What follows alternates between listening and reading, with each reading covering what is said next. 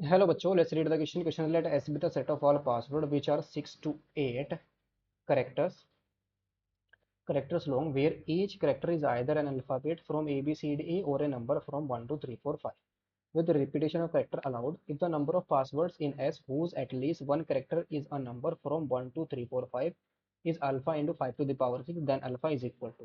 तो यहाँ पर हमें अल्फा की वैल्यू को फाइंड आउट करना होगा. इसे फाइंड करने के लिए जो की कॉन्सेप्ट हम यूज करेंगे, key concept is multiplication. Multiplication principle of counting.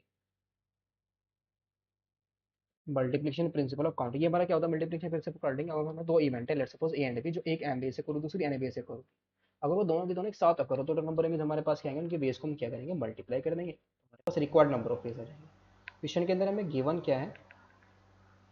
Given that alphabet हमें क्या है जो चूज़ करने हैं, जहाँ से हमें पासवर्ड को चूज़ करने के लिए इनको यूज़ करेंगे हम. अल्फ़ाबेट है हमारे पास A B C D E. 5 alphabets हैं. नंबर्स क्या हैं? Numbers are 1 2 3 4 5. तो टोटल करेक्टर्स कितने हो गए हमारे पास? टोटल करेक्टर्स 5 अल्फ़ाबेट हैं और 5 ही नंबर्स हैं, तो टोटल कितने होंगे? 10 करेक्टर्स होंगे. अगर हमें क्या करें, हमें क्या करना है? पासवर्ड बनाना है 6 to 8 डिजिट का. तो फर्स्ट हम पासवर्ड फॉर्म करेंगे कितने डिजिट का? 6 डिजिट का. If case first, if password is password is 6 character लूँगा. यानी पासवर्ड के अंदर कितने करेक्टर हो? 6 करेक्टर हो. 6 character long. So then number of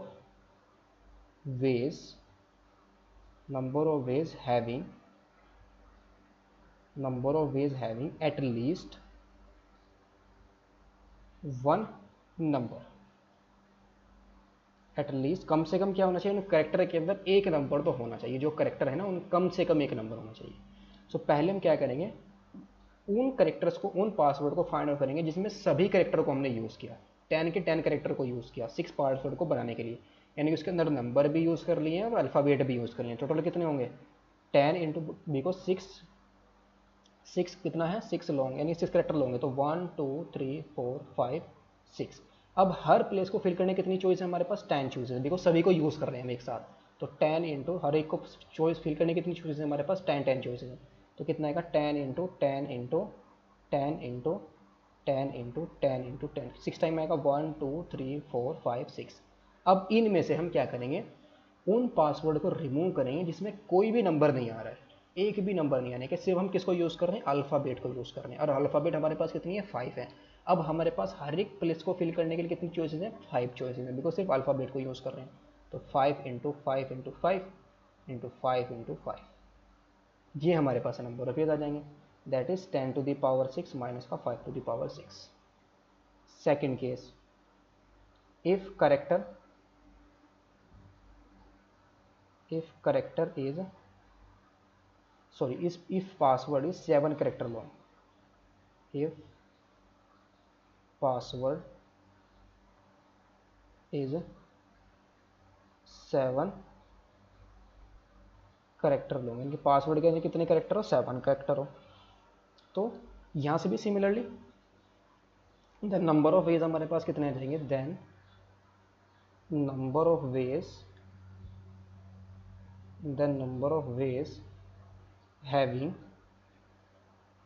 eight least one number. कम से कम एक नंबर होना चाहिए. तो पहले तो हम क्या करेंगे? सभी कैरेक्टर को यूज़ करिए, टोटल पासवर्ड फॉर्म करिए. टोटल पासवर्ड कितना है? 10 टू द पावर 7 है कि हर प्लेस को फिल करने के लिए 10 चूजेस हमारे पास. अब माइनस उन प्लेस को, उन पासवर्ड को रिमूव करिए जिनमें एक भी डिजिट नहीं आ रही, यानी कि एक भी नंबर हमने यूज़, सबकी सभी अल्फ़ाबेट को यूज़ किया. तो अल्फ़ाबेट कितनी है? 5. तो 5 इनको यूज़ करके कितने पासवर्ड हम बनाएंगे? 5 टू द पावर 7. तो 10 to the power 7 minus 5 to the power 7 आ जाएगा. थर्ड केस से हमारा कितना बनेगा? If password is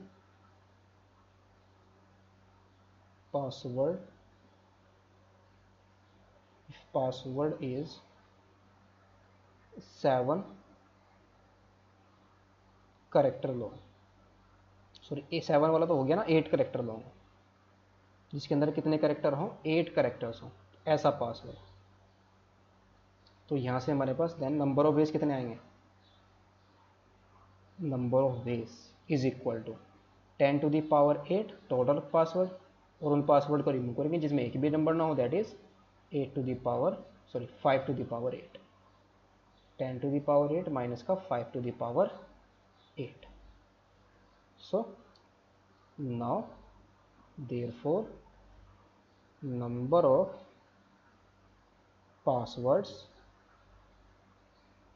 passwords having at least one number कितने आ जाएंगे, सभी केसेस के जो हमारे पास numbers required number of ways आ जाएंगे उन सबको ऐड कर देंगे। फर्स्ट केस से हमारा कितना आएगा 10 to the power 6 minus 5 to the power 6। Second case से हमारा कितना आया था 10 टू द पावर 7 माइनस का 5 टू द पावर 7।